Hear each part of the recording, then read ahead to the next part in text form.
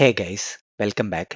Normally మనం direct coding start చేయొచ్చు, but నేను ఫస్ట్‌గా ఇంపార్టెంట్ టాపిక్ ఎక్స్‌ప్లెయిన్ చేయాలి అనుకున్నాను. Why we call it ES6, what ECMAScript is, and how it is different from JavaScript. ఎందుకంటే ఇది క్లియర్‌గా అర్థమైతే ఫ్యూచర్‌లో డాక్యుమెంటేషన్ చదివినా, బ్రౌజర్ సపోర్ట్ గురించి విన్నప్పుడు కన్‌ఫ్యూషన్ ఉండదు. ఇప్పుడు కెరియర్ స్టార్ట్ చేసిన డెవలపర్స్‌కి ES6 నార్మల్ స్టాండర్డ్ లాగా ఉంటది. కానీ మా టైంలో జావాస్క్రిప్ట్ ES5 నుండి ES6కి మైగ్రేట్ అయ్యే ప్రాసెస్ చాలా పెద్ద చేంజ్. అందుకనే చాలా సీనియర్ డెవలపర్స్ ఇంకా ES5 వర్సెస్ ES6 డిఫరెన్స్ గురించి మాట్లాడుతూ ఉంటారు. అండ్ ఈవెన్ మాకు ఒకప్పుడు కామన్ ఇంటర్వ్యూ క్వెషన్ కూడా. ఫస్ట్ పాయింట్, అసల ఎక్మాస్క్రిప్ట్ అంటే యాక్చువల్ స్టాండర్డ్. ఎక్మా ఇంటర్నేషనల్ అనే ఆర్గనైజేషన్ డిఫైన్ చేస్తుంది ఈ లాంగ్వేజ్ రూల్స్‌ని. జావాస్క్రిప్ట్ అంటే మనం బ్రౌజర్స్‌లో యూజ్ చేసే implementation. So in simple terms, ECMAScript is the blueprint and JavaScript is the real product built based on that blueprint. For example మనకి క్రోమ్‌లో V8 ఇంజిన్ ఉంటది. ఫైర్‌ఫాక్స్‌లో స్పైడర్ మంకీ అండ్ నోడ్.js రన్ టైమ్ ఇవన్నీ ఎక్మాస్క్రిప్ట్ రూల్స్ ఫాలో చేస్తాయి. కానీ implementation browser based ఉంటుంది. Initially versions సింపుల్‌గా ES1, ES2, ES3 అని కాల్ చేసేవాళ్ళు. సో, ES3 1919లో వచ్చింది first major version. Basic language features standardise చేసిందప్పుడు. ES5 2009లో వచ్చింది. It's a big step forward. Strict mode, JSON support, array methods ఇవన్నీ వచ్చాయి. తర్వాత ES6 2015లో వచ్చింది. ES6 is like a game changer. It introduced let, const, better variable handling, arrows functions, classes, modules, template literals. ఇది జావాస్క్రిప్ట్‌ని modern language లాగా మార్చింది. అందుకే ES6ని చాలామంది బిగ్ అప్డేట్ అని పిలుస్తారు.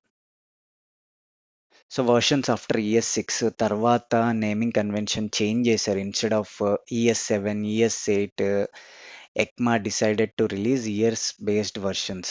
So, almost every year update వస్తుంది కదా! సో, వాళ్ళేందంటే అప్పటినుంచి ES2016, ES2017 అట్లా 2024 వరకు వచ్చాయి updates.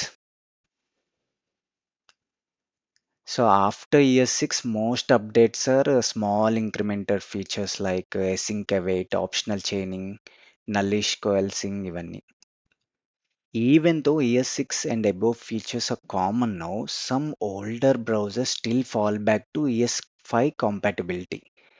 For example, Internet Explorer and a few legacy systems ఇంకా ES5 కంపాటిబుల్‌గా ఉన్నాయన్నమాట. So many tools and libraries still ensure ES5 support to avoid breaking older browsers. అందుకనే developers Babel use చేస్తారు. Babel అంటే one kind of transpiler. It converts your modern ES6 plus JavaScript code into older ES5 code. So every browser can understand. ఇక్కడ మీకు question వస్తుంది. ES6 2015లో release అయింది. Browsers ఇంకా adapt చేసుకోలేదా అంటే యెస్ చేసుకున్నాయి. మరప్పుడు బాబెల్ ఎందుకు? Reason simple. ECMAScript almost every year new updates release చేస్తూనే ఉంటది. And all browsers take some time to fully support those futures. But that's not all. Babel ఇంకా అదర్ ప్రాబ్లమ్స్ కూడా సాల్వ్ చేస్తుంది. రియాక్ట్ ఎకోసిస్టమ్‌లో JSXని ప్లెయిన్ జావాస్క్రిప్ట్‌కి transform చేయడానికి Babel use చేస్తాం. అండ్ నాట్ ఓన్లీ దట్, ప్రాజెక్ట్స్‌లో ఫ్లో ఆర్ టైప్ స్క్రిప్ట్ ఉంటే బాబెల్ టైప్ అనోటేషన్స్ రిమూవ్ చేస్తుంది. So even today Babel is an essential part of modern JavaScript development. So quick recap చేసుకుంటే, ECMAScript is standard, JavaScript is implementation, ES6 is the major update that changed everything. Babel ensures compatibility, JSX support, and type handling. Great. ఇప్పుడు మనకి clear idea వచ్చింది. ఎక్మాస్క్రిప్ట్ ఏంటి? JavaScript versions ఏంటి? ES6 importance ఏంటి? And Babel ఎందుకు అవసరం అని. Next సెక్షన్‌లో మనం ES6 ఫీచర్స్‌లో ఫస్ట్ సెట్ అరే హెల్పర్స్ గురించి చూద్దాం. ఈ ఫీచర్స్ మీకు డే టు డే కోడింగ్‌లో చాలా హెల్ప్ అవుతాయి. So let's jump into some actual coding.